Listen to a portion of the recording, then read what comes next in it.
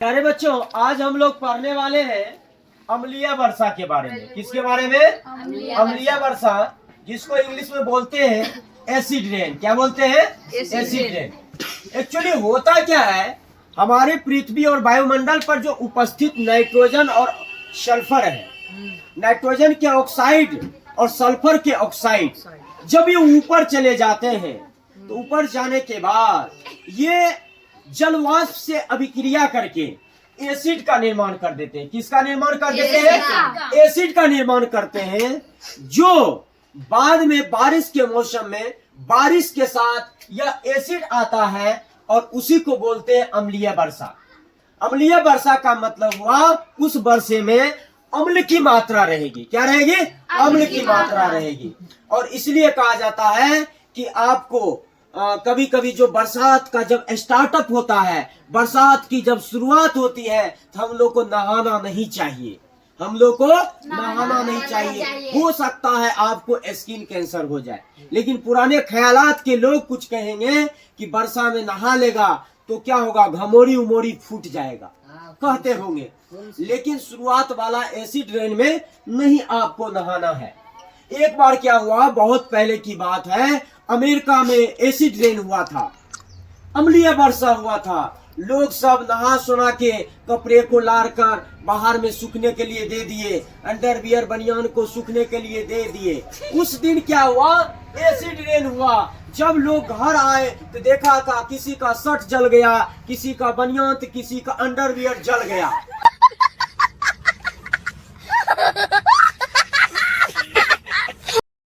प्यारे बच्चों, देखिए, जब एसिड रेन हुआ तो वैज्ञानिक लोगों को बताया गया, लोगों ने रिसर्च किया, वहां पर एक्सपर्ट आए, रिसर्च करने के बाद पता चला इसमें एसिड की मात्रा है।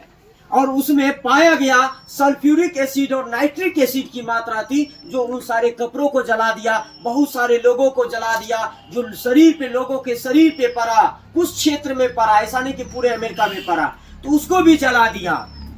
और अगर यही चीज अगर भारत में हुआ होता तो लोग कहता, किसी अंडरवियर ऐसे दिखाकर, देखो मेरे बगल में डाइन टोक दी, मेरे डाइन क्या कर दी, इस बनियान को जला दी, मेरे शर्ट को जला दी। हमसे देखकर लोग जलते हैं, ऐसे ऐसे के गलत भ्रांति वाले लोग सोचने लगते, और वो रियल साइंस को नहीं समझते। हमारे भारत में ऐसे भी होते हैं। अगर कुछ हो जाता, एक बार क्या हुआ, ये मेरे आंखों के सामने का घटना है।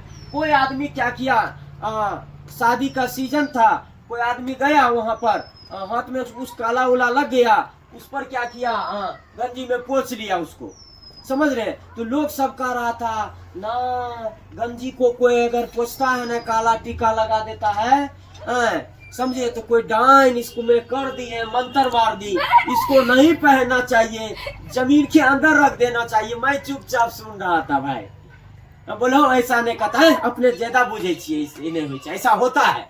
लोग हमारे यहाँ अंधविश्वास में होते हैं, रियल साइंस को नहीं समझते हैं। मान लो कि उसकी क्या औकात है कि आपको कर देगा। अच्छा एक चीज बताइए, मोदी इतने हाईलाइट प्रधानमंत्री हैं, हाईलाइटेड प्रधानमंत्री हैं, सबसे ज्यादा तो टोक का प्रभाव मोदी पर पड़ना चाहिए। बोलो, मोदी पर पड़ना चाहिए। पूरा दूसरा पार्टी वाला क्या करे, हवन करा, सब चीज करा के उसको टोकवा दे, पूरा भारत के डाइन को ले जाकर उसको टोकवा दे। ऐसा होता है क्या? देखिए, ये हमारे माइंड सेट पर डिपेंड करता है, आप अपने माइंड को कैसे रखते हैं, आप अपने माइंड को कैसे यूज करते हैं।